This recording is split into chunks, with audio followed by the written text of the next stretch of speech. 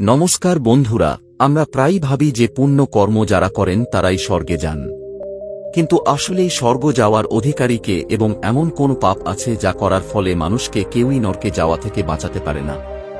আজ আমরা একটি প্রাচীন কাহিনীর মাধ্যমে জানার চেষ্টা করব কেন কিছু মানুষ পুণ্য করার পরেও নরকে যান এবং কিছু মানুষ প্রচুর পাপ করার পরেও স্বর্গ লাভ করেন। এমন কোন পুণ্য আছে যা মানুষের হাজারো পাপ ধ্বংস করতে পারে এবং এমন কোন পাপ আছে যা সমস্ত পুণ্যকে নষ্ট করে দেয়? তো চলুন বন্ধুরা, দেরি না করে শুরু করা যাক। নমস্কার বন্ধুরা, জিকে ইন্ডিয়া ইউটিউব চ্যানেলে আপনাদের আন্তরিক স্বাগত জানাই।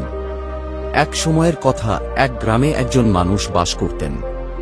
সব সময় তার মনে এই চিন্তা ঘুরপাক খেত যে কোন কোন খারাপ কাজগুলো তিনি জীবনে করেছেন যার কারণে এত কষ্ট ভোগ করতে হচ্ছে।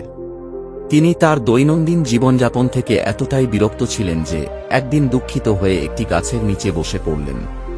ঠিক তখনই তার এক বন্ধু সেখানে এসে তার দুঃখের কারণ জিজ্ঞেস করলেন।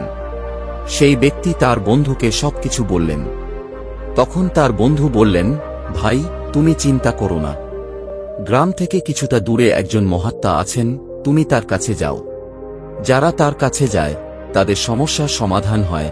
সেই ব্যক্তি বললেন, ভাই, যদি এমন হয় তাহলে আজই আমি তার কাছে যাব। তারপর তিনি মহাত্মার আশ্রমের দিকে রওনা দিলেন। কিছুটা দূরে গিয়ে তিনি একটি আশ্রম দেখতে পেলেন। আশ্রমে গিয়ে তিনি মহাত্মাকে প্রণাম করলেন এবং তার সমস্যার কথা বললেন। তিনি বললেন, হে দেবর্ষি মহারাজ, কিছু মানুষ পাপ করার পরেও স্বর্গে কেন যায়, আর কিছু মানুষ পুণ্য করার পরেও কেন নরকে যেতে হয়? এমন কোন পাপ আছে যা সমস্ত পুণ্যকে নষ্ট করে দেয় এবং এমন কোন পুণ্য আছে যা সমস্ত পাপকে ধ্বংস করে দেয়? মহাত্মা মৃদু হেসে বললেন, ভন্তে, আজ তুমি বিশ্বের মঙ্গলার্থে উত্তম প্রশ্ন করেছ। এর প্রেক্ষিতে আজ আমি তোমাকে একটি প্রাচীন গল্প শোনাব, যা শুনে তোমার সমস্ত প্রশ্নের উত্তর পাবে। তাই তুমি এই গল্পটি মনোযোগ সহকারে শুনবে।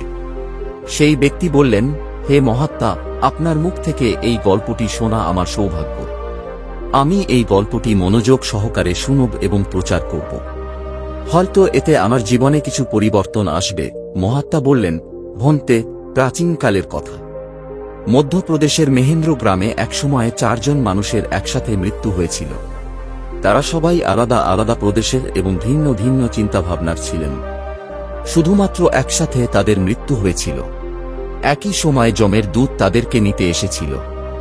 মৃতদের মধ্যে একজন ছিল কোনো প্রদেশের রাজা, আরেকজন ধনী ব্যবসায়ী, তৃতীয়জন পূজা পাঠ করার পুরোহিত এবং চতুর্থজন একজন দরিদ্র শ্রমিক, যিনি দিনভর পরিশ্রম করে তার পরিবারকে পালন করতেন। তারা সবাই মৃত্যুর পর যমলোক পৌঁছালেন। যমলোকের দৃশ্য দেখে তারা সবাই ভয় পেয়ে গেলেন। তাদের শরীর কাঁপতে শুরু করল। যমলোকের বিশাল আকৃতির যমরাজ সোনার তৈরি সিংহাসনে বসেছিলেন। তার পাশে ছিলেন চিত্রগুপ্ত, যাদের কাছে সকল জীবের কর্মফল সংরক্ষিত ছিল। যমের দূতেরা পুণ্য আত্মাদের সামনে ধাক্কা দিয়ে নিয়ে যাচ্ছিল। কিছু মানুষ জোরে জোরে বিলাপ করছিল, আর কিছু মানুষ আনন্দিত হয়ে যাচ্ছিল। স্বর্গের দ্বার থেকে সুন্দর আলোক দেখা যাচ্ছিল, আর নরকের দ্বার থেকে ধোঁয়া ও আগুনের জ্বালা দেখা যাচ্ছিল।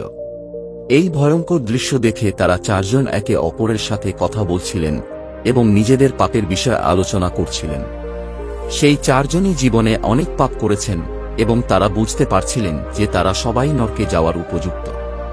যখন যমের দূতেরা তাদের 4 জনকে যমরাজের সভায় নিয়ে গেলেন, তারা সেখানে গিয়ে দাঁড়ালেন। 4 জনই ভাবছিলেন কে স্বর্গে যাবে এবং কে নরকে যাবে। যমরাজ তখনও তাদের সিংহাসনে বসেননি। তার আগেই 4 জন নিজেদের মধ্যে আলোচনা করতে লাগলেন। প্রথমে রাজা বললেন, দেখো, ধর্মরাজ নিশ্চয়ই আমাকে স্বর্গে পাঠাবেন, কারণ আমি একজন বিশিষ্ট রাজা ছিলাম।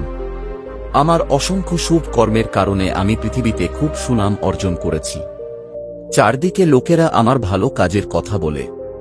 আমার দরজায় কেউ খালি হাতে ফিরে যায়নি।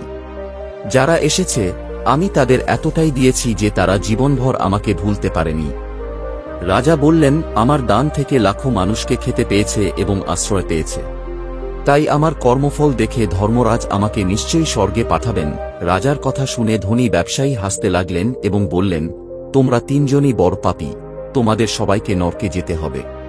তোমরা ঘোর পাপ করেছেন এবং এই কারণে যমরাজ তোমাদের কখনো ক্ষমা করবেন না। এখানে আমি একমাত্র সবচেয়ে পুণ্যবান। আমার জীবনে অনেক পূজাপাঠ করেছি, ব্রাহ্মণদের দান দক্ষিণা দিয়েছি, মৃত্যুর আগে গরু দানও করেছি। এখন আমার সকল পুত্রপৌত্র আমার আত্মার মুক্তির জন্য বড় অনুষ্ঠান করছে, আমার জন্য শ্রাদ্ধদান তর্পণ করছে, যজ্ঞ করছে। তাই আমি সবচেয়ে পুণ্যবান। আমার 2টি স্ত্রী এবং 5টি পুত্র রয়েছে। এত মানুষ আমার মুক্তির জন্য উপায় করছে। আর হ্যাঁ, আমি আমার জীবনে কোনো পাপ করিনি। যদি কোনো পাপ করেও থাকি, তবে আমার পুত্রদের শ্রাদ্ধাদির মাধ্যমে সেগুলি ধ্বংস হয়ে যাবে। আমি ত্রিদেবের পূজা করতাম, মন্দিরে যেতাম, দরজায় আসা অতিথিদের খাবার খাওয়াতাম। তাই আমার পূর্ণ বিশ্বাস যে যমরাজ আমাকে নরকে পাঠাবেন না এবং আমি মোক্ষ লাভ করব। ধনী ব্যবসায়ীর কথা শুনে পুরোহিত বললেন, আরেহ ভাই, কেন অপ্রয়োজনীয় কথা বলছ?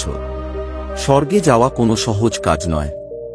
স্বর্গে যাওয়ার জন্য দান করার পাশাপাশি পূজা পাঠ করতে হয়।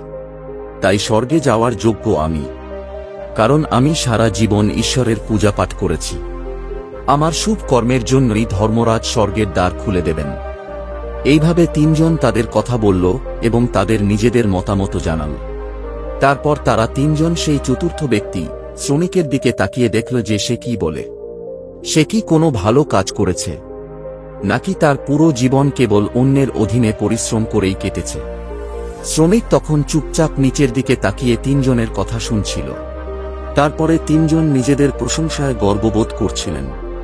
তখন ধর্মরাজ তার সঙ্গী চিত্রগুপ্তের সঙ্গে সভায় উপস্থিত হলেন। চিত্রগুপ্তের হাতে একটি মোটা বই ছিল, যাতে সমস্ত জীবের কর্মফল লেখা ছিল। ধর্মরাজ তার সিংহাসনে বসলেন। তারপর চিত্রগুপ্ত রাজাকে ডেকে তার কাছে জানতে চাইলেন, তুমি বলো, তুমি তো পৃথিবীতে একজন বিখ্যাত রাজা ছিলে। তোমার জীবনে কোন কোন শুভ কর্ম করেছ এবং কতজনকে দুঃখ দিয়েছ, কতজনের ভালো করেছ? আমি আমার বই দেখে সিদ্ধান্ত নেব তুমি স্বর্গে যাওয়ার যোগ্য কিনা। তখন রাজা গর্বভরে তার কর্মের কথা বলতে শুরু করলেন। হে মুনিবর, আমি একটি বড় রাজ্যের শাসক ছিলাম। আমার রাজ্য ছিল সমৃদ্ধ এবং সুখী। আমার রাজ্যে খুব কম দরিদ্র মানুষ ছিল। সবাই আমার ছত্রছায়ায় আনন্দের সাথে জীবনযাপন করত। আমি আমার রাজ্যের মানুষকে কোনো কিছুর অভাব হতে দিইনি। আমার দরজায় প্রত্যেক ক্ষুধার্তকে খাদ্য দেওয়া হতো।